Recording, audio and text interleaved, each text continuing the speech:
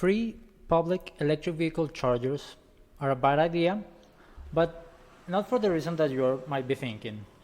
So follow me in this line of thought. You have gas station, right? The gas station is the only way to be able to put fuel on your regular car, right?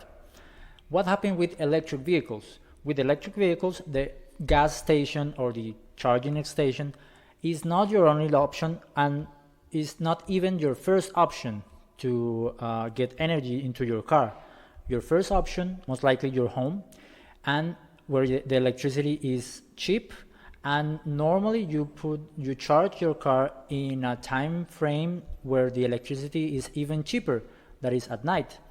So you have that, and then you have the charging station outside your home. Then those you will not be using it regularly. You might not even using it at all. So the business model for those stations are kind of tricky, are not straightforward. Sure, there are companies that have that business model, but not relying only on the charge, but other factors.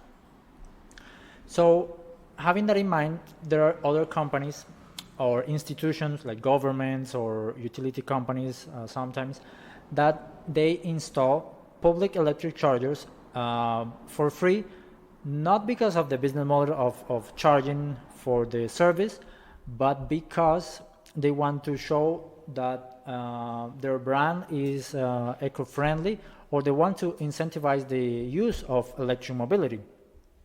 But then, as those chargers are free, the physical charger in a technical way might be a level 2 charger that it's normally intended to use at home. That means that it's a very straightforward charger to use. You just plug it into your car, it starts charging, you don't have to press any button, just plug and play. That's good. But the thing is that the other chargers, the ones that are built for the business model, have a little bit more intelligence. They can connect to the internet, so they can be managed through a cloud-based system. They have the options to put the RFID card, so you can log and see if you're authorized to charge or not, things like that. And so as the charger, it's the simple version. You don't have communication, so the main company wouldn't know what happened with the actual charger. Maybe the charger got vandalized, it's broken, something happened and it stopped working, and the company doesn't have any way to know that was happening. The only way to know is that the end user arrive to the station, see that it's not working, and have three options. Number one is just go away. Number two is to call the company to see if anything happens. Some companies have a better response than others, but having in mind that this is not a business model, they are not winning money on this. That is something that many companies kind of neglect, the maintenance. Or three, share the information in platforms like PlugShare, where the other users can see that specific one is not working, right? But at the end, the company which task is to fix the thing will not get the information. So I'm getting to the point.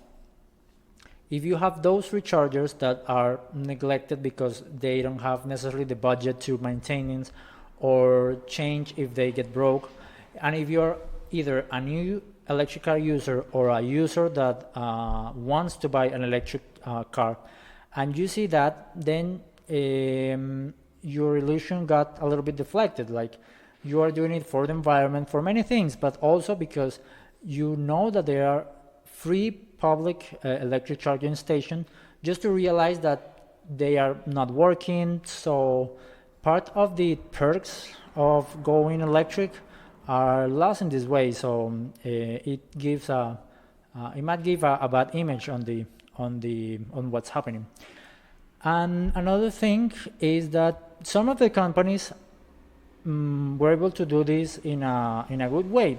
For example, Tesla, they install a network for electric chargers, but they were not selling the chargers itself or the charge.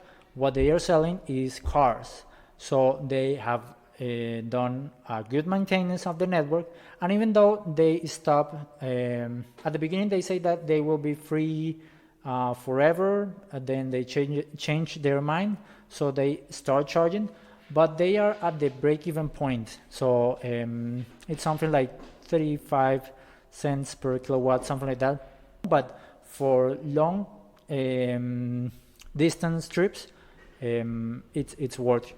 So yeah, it is bad idea if you neglect the maintenance of the chargers. That's the point.